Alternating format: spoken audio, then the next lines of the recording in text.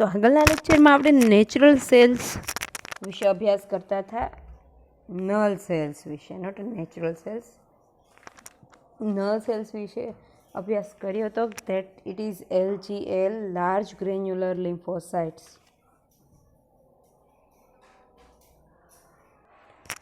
They are nearly double. આ slide પણ આપણે ભણી ગયા હતા કે તેની સાઇઝ જે છે તે સ્મોલ લિમ્ફોસાઇટ કરતાં ડબલ હોય છે.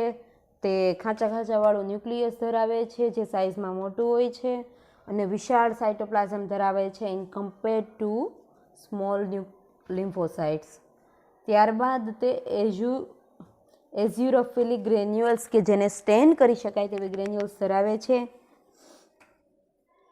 It is composed of mitochondria, ribosomes, endoplasmic reticulum and Golgi apparatus કે છે માઇટોકોન્ડ્રિયા કણાભસૂત્ર, રિબોઝોમ, એન્ડોપ્લાઝમિક રેટિક્યુલમ, અંતઃકોષરસ જાળ અને ગોલ્ગી અપેરટસના બનેલા હોય છે. LGL are heterogeneous group of cells with differences in their functional and surface marker feature. Large granular lymphocyte છે it is a heterogeneous group. Heterogeneous કે જે અલગ અલગ પ્રકારના ગ્રુપ ધરાવતું હોય તેવા સેલ્સ કે જેમાં ડિફરન્સ ક્યાં રહેલો છે કે ડિફરન્સ માર્કરમાં તેના ફંક્શન અલગ અલગ જે હિટ્રોજીનસ ગ્રુપ છે LGLનું, લાર્જ ગ્રેન્યુલર લિમ્ફોસાઇટ્સનું, તેના ફંક્શન્સથી અલગ પડે છે કે અલગ અલગ ગ્રુપ જે છે સેલ્સનું તે અલગ અલગ ફંક્શન કરે છે. જેમ કે સ્મોલ લિમ્ફોસાઇટનું વર્ક અલગ હોય, બી સેલનું વર્ક અલગ હોય, ટી સેલનું ફંક્શન અલગ હોય. એવી રીતે LGLના ગ્રુપ્સ જે છે કે જે પોતાની સરફેસ ઉપર પ્રેઝન્ટ માર્કરથી તેને અલગ કરી શકાય છે, તેના ફીચર્સ અલગ અલગ કઈ રીતે છે, એનો ડિફરન્સ કયો છે કે તેનો ફંક્શન ડિફરન્સ હોય છે અને એના સરફેસ ઉપર આવેલી જે માર્કર છે એના ફીચર્સ અલગ અલગ હોય છે. The most important member of this group is natural killer cells. આ મેમ્બરના ઘણા સેલો રહેલા છે. એમાંથી મોસ્ટ ઇમ્પોર્ટન્ટ ગ્રુપ હોય અથવા મોસ્ટ ઇમ્પોર્ટન્ટ મેમ્બર હોય આ ગ્રુપનો તો એ કયા સેલ્સ છે તો કે natural killer cells, NK cells કહે છે. નલ સેલ્સમાં એક NK સેલ્સ આવે છે કે જે ખૂબ જ ઇમ્પોર્ટન્ટ નલ સેલ છે. Most important member of this LGL group is natural killer cells. NK cells account for up to 50% of blood lymphocytes. બ્લડમાં જેટલા પણ લિમ્ફોસાઇટ્સ છે એમાંના 15% જે લિમ્ફોસાઇટ સેલ છે તે કયા છે તો કે NK સેલ્સ. બ્લડમાં રહેલા લિમ્ફોસાઇટમાંના 15% કોષો નેચરલ કિલર સેલ છે કે જે નોન સ્પેસિફિક ઇમ્યુન રિસ્પોન્સ માટે ખૂબ જ મહત્ત્વના છે કે પર્ટિક્યુલર પેથોજન છે જે આપણી બોડીમાં એન્ટર થાય તો તે ડાયરેક્ટ જ કોઈ સ્પેસિફિક રિએક્શન વગર તે સેલ્સને કિલ કરે છે. It is natural killer cells. Work like an army officers કે જે ડિફેન્સ મિકેનિઝમ પૂરું પાડે છે. Functional natural killer cells are found in spleen. આપણું જે બરોળ છે તેમાં ફંક્શનલ એટલે કે જે કાર્યરત હોય. નોર્મલી આ બધા લિમ્ફોસાઇટ્સ છે એનો લાઈફ સ્પાન 3 થી 4 દિવસનો હોય કે 2 થી 3 વર્ષનો પણ હોય કે વધુ ઓછો કોઈ પણ લાઈફ સ્પાન હોય કે પછી મેચ્યોર ન થયા હોય, ઇમેચ્યોર હોય, એવી રીતે એના અલગ અલગ લાઈફના ફેઝ જોવા મળે છે. પરંતુ એવા નેચરલ કિલર સેલ્સ કે જે ફંક્શનલ હોય કે જે કાર્ય કરવા માટે કોઈ પણ પેથોજનને બહારથી આવતા કોઈ એન્ટીજનને કિલ કરવા માટે એબલ હોય એવા નેચરલ કિલર સેલ કે જે નોન સ્પેસિફિક ઇમ્યુન રિસ્પોન્સ પૂરું પાડે છે તે ક્યાં જોવા મળે છે તો કે આપણા સ્પ્લીનમાં, બરોળમાં જોવા મળે છે. તો this was about LGL. LGL જે છે તે એમાં પ્રેઝન્ટ હિટ્રોજીનસ ગ્રુપ છે, અલગ અલગ ગ્રુપ છે કે જેમાં અલગ અલગ સરફેસ માર્કર્સ આવેલી છે. એ માર્કર્સના અલગ અલગ ફીચરના આધારે તેને ડિફરન્શિએટ કરી શકાય છે. એ ગ્રુપમાંનો એક સૌથી ઇમ્પોર્ટન્ટ મેમ્બર એટલે નેચરલ કિલર સેલ કે જે ટોટલ બ્લડ લિમ્ફોસાઇટ્સના 50% હોય છે. Functional natural killer cells are found in spleen કે જે સ્પ્લીનમાં જોવા મળે છે. Natural killer cell possess spontaneous cytotoxicity toward various target cells. Natural killer cell પાસે શું હોય છે? સ્પોન્ટેનિયસ, એટલે કે જે આપમેળે એક્ટિવેટ થઈ જતું હોય એને સ્પોન્ટેનિયસ કહે છે. તમારે આઈ થિંક એસવાયમાં સ્પોન્ટેનિયસ મ્યુટેશન આવ્યું છે તો પછી આવશે.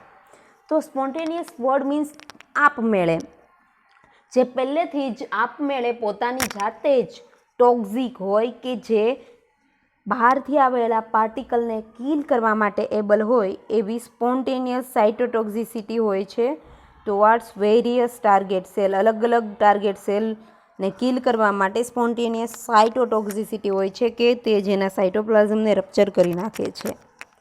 Mainly malignant and virus infected cells. Malignant એટલે કેન્સર સેલ હોય એને કેન્સર થયું હોય અથવા સેલની બહુ વૃદ્ધિ થઈ હોય એને મેલિગ્નેસિસ કહેવાય. એન્ડ મેલિગ્નન્ટ એટલે કેન્સર સેલ્સ. મેઇનલી જે મેલિગ્નન્ટ હોય કેન્સર સેલ હોય અને વાયરસ હોય એનાથી ઇન્ફેક્ટેડ સેલ્સ છે. મેલિગ્નન્ટ કેન્સરથી કે પછી વાયરસથી ઇન્ફેક્ટેડ સેલ્સ હોય એને કિલ કરવા માટે જે સ્પોન્ટેનિયસ સાઇટોટોક્સિસિટી હોય તે આપણા નેચરલ કિલર સેલ્સ પાસે રહેલી હોય છે. The functional activity of natural killer cells is regulated by a balance between signals from activating and inhibitory receptors. Natural killer સેલની જેમ ફંક્શનલ એક્ટિવિટી છે એટલે કે કાર્ય કરવાની ક્ષમતા અથવા તો કાર્યરત તે રહે છે એને કહેવાય ફંક્શનલ એક્ટિવિટી. તે રેગ્યુલેટેડ થયેલી હોય છે, નિયમિત થયેલી હોય છે. શેના દ્વારા? તો કે by a balance between a signals from activating and inhibitory receptors. હવે આપણા બોડીમાં કેટલાય કોષો આવેલા છે અને કોષો પાસે અલગ અલગ પ્રકારના રિસેપ્ટર્સ હોય છે કે પછી એન્ઝાઇમ પાસે કે કોઈ પ્રોટીન પાસે કે એમિનો એસિડ્સ પાસે કે કેટલાય વેરિયસ મોલેક્યુલ્સ પાસે અલગ અલગ ટાઈપના રિસેપ્ટર્સ આવેલા હોય છે. એવી રીતે આપણા ઇમ્યુન સેલ્સ પાસે પણ રિસેપ્ટર્સ આવેલા હોય છે અને એ રિસેપ્ટર છે બહારથી આપણી ઇનેટ ઇમ્યુનિટી પણ ધરાવે છે. તો બહારથી કોઈ પેથોજન આવ્યું, એન્ટીજન આવ્યું તો આપણી ઇમ્યુનિટી સિગ્નલ કરશે એવા રિસેપ્ટરને કે જે એક્ટિવેટિંગ રિસેપ્ટર હશે કે જે નેચરલ કિલર સેલ છે, મેક્રોફાજ છે, ડેન્ડ્રેટિક સેલ છે, એવા જે ઇમ્યુન સેલ્સ છે કે જે પેથોજનને કિલ કરે છે તો એને એક્ટિવેટ કરશે. અને ત્યારબાદ જ્યારે પેથોજન કિલ થઈ જશે કે કોઈ ઇન્ફેક્શન ક્યોર થશે ત્યારે ઇન્હિબિટરી રિસેપ્ટર્સ આવશે કે જે આવા સાઇટોટોક્સિક સેલ હશે કે ફેગોસાઇટિક સેલ હશે એની એક્ટિવિટીને નિયંત્રણ કરશે, સ્ટોપ કરશે. તો આ નેચરલ કિલર સેલ કોના દ્વારા રેગ્યુલેટ થયેલા હોય છે? એવા receptor activating and ઇન્હિબિટરી receptors through. અહીંયા ફિગર થ્રુ તે સમજાવવામાં આવ્યું છે. ઇન્હિબિટરી રિસેપ્ટર એંગેજડ. ઇન્હિબિટરી રિસેપ્ટર કઈ રીતે વર્ક કરે છે? તો કે it's activating receptor natural killer cell inhibitory receptor. Okay,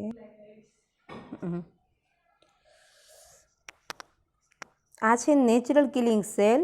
તેની સાથે બાઇન્ડ થયેલો એક્ટિવેટિંગ રિસેપ્ટર કે જે નેચરલ કિલર સેલની એક્ટિવિટી એન્હાન્સ કરવાનું કાર્ય કરશે કે સ્ટાર્ટ કરશે નેચરલ કિલર સેલને સેલ્સ કિલ કરવાના છે. ત્યારબાદ તેનું પર્ટિક્યુલર વર્ક જે છે, ફંક્શન છે તે પૂરું થશે અને બહારથી આવેલા એન્ટીજન જે છે તે કિલ થઈ જશે ત્યારે ઇન્હિબિટરી રિસેપ્ટર એક્ટિવેટ થશે. જ્યારે ઇન્હિબિટરી રિસેપ્ટર એક્ટિવેટ થશે ત્યારે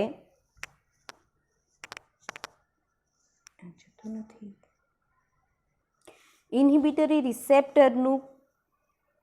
રિસેપ્ટરને એક્ટિવેટ કરવા માટે MHC મોલેક્યુલ જે છે તે સિન્થેસાઇઝ થશે. MHC શું છે? તો કે મેજર હિસ્ટા કમ્પેટિબિલિટી મોલેક્યુલ્સ કે જે વેરિયસ સરફેસ પ્રોટીન છે કે જે આ ઇન્હિબિટરી રિસેપ્ટર સાથે બાઇન્ડ થશે. Self class 1 MHC self peptide complex protein અને પેપ્ટાઇડનું બનેલું કોમ્પ્લેક્સ છે જે ઇન્હિબિટરી રિસેપ્ટર સાથે બાઇન્ડ થશે અને તેને એક્ટિવેટ કરશે. ત્યારબાદ આ નોર્મલ સેલ છે કે જે કોઈ પણ પેથોજન કે પર્ટિક્યુલર એન્ટીજન છે એને કિલ નહીં કરે, બિકોઝ ઇન્હિબિટરી રિસેપ્ટર જે છે તે એક્ટિવેટ થયેલો છે કે જે નેચરલ કિલર સેલની એક્ટિવિટીને રેગ્યુલેટ કરશે. Second pathway is inhibitory receptor not engaged, activating receptor engaged. ઉપરના પાથવેમાં આપણે જોયું કે સેલ પાસે રહેલું એમએચસી, જે નોર્મલ સેલ પાસે રહેલું એમએચસી કોમ્પ્લેક્સ હોય છે, મેજર હિસ્ટાબિલિટી કોમ્પ્લેક્સ, કે જે વેરિયસ પ્રોટીન સિક્રેટ કરે છે, તે ઇન્હિબિટરી રિસેપ્ટર સાથે બાઇન્ડ થશે અને તેને એક્ટિવેટ કરશે. આ છે normal cell and this is natural killer cell. Natural killer cell ત્યારબાદ તેની સેલ કિલ કરવાની એબિલિટી લૂઝ કરશે, એટલે રિસ્પોન્સ ઇન્હિબિટ થઈ જશે. નેક્સ્ટ ફિગરમાં શું જોવા મળે છે તો કે ફરીથી નેચરલ કિલર સેલ છે તે રિસેપ્ટર થ્રુ કઈ રીતે એક્ટિવેટ થશે. જે ઇન્હિબિટ થઈ ગયું છે એના એક્શન જે છે તે રેગ્યુલેટ કરવામાં આવ્યા છે, તે ઇન્ફેક્ટેડ સેલ, મેલિગ્નન્ટ કેન્સરના સેલ કે પછી પર્ટિક્યુલર એન્ટીજન આવે ત્યારે કઈ રીતે તે એક્ટિવેટ થશે તે જોઈએ. તો activating ligand four NK cell, જે નેચરલ સેલ છે કે નોર્મલ સેલ છે તે વાયરસથી ઇન્ફેક્ટેડ થાય છે. તેના શરીરમાં વાયરસનું રેપ્લિકેશન થાયને ઘણા બધા અમાઉન્ટમાં વાયરસ પ્રેઝન્ટ હોય છે. તો virus ઇન્હિબિટ્સ class 1 એમએચસી expression.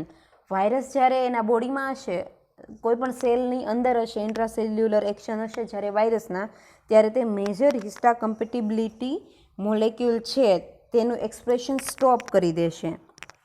Increase expression of activating ligands for NK cell. જ્યારે એમએચસી છે, આ કોમ્પ્લેક્સ પ્રોટીન રહેલા છે, તેની એક્ટિવિટી સ્ટોપ થશે ત્યારે ઓટોમેટિકલી સેલ દ્વારા કોઈ એવા એક્ટિવેટિંગ લિગેન્ડ્સ છે તે એક્સપ્રેસ થશે અને તેના લીધે નેચરલ કિલર સેલને એક્ટિવેટ કરવાના રિસેપ્ટર્સ છે તે સેલ સરફેસ પર પ્રોડ્યુસ થશે અને તે પર્ટિક્યુલર સાઇટ સાથે બાઇન્ડ થશે અને પછી નેચરલ કિલર સેલ એક્ટિવેટ થશે. And then natural killer cell છે તે પર્ટિક્યુલર એન્ટીજન અને ઇન્ફેક્ટેડ સેલ બંનેને લાઇસ કરશે. NK cells activated and killing of infected cell. Activated natural killer cell then kill કરશે પર્ટિક્યુલર એન્ટીજન અને સેલ પણ lyse કરશે. જે આ રીતે not only infected cell with organism, પરંતુ કેન્સર સેલ જે છે મેલિગ્નન્ટ, તેને પણ નેચરલ કિલર સેલ છે તે લાઇસ કરે છે. તો this was about null cells, કે જેમાંના મુખ્ય સેલ્સ છે નેચરલ કિલર સેલ. ત્યારબાદ આગળ આપણે નેક્સ્ટ લેક્ચરમાં જોશું. ત્યાં સુધી હસતા રહો, મસ્ત રહો અને લેક્ચર ભરતા રહો. જય હિન્દ.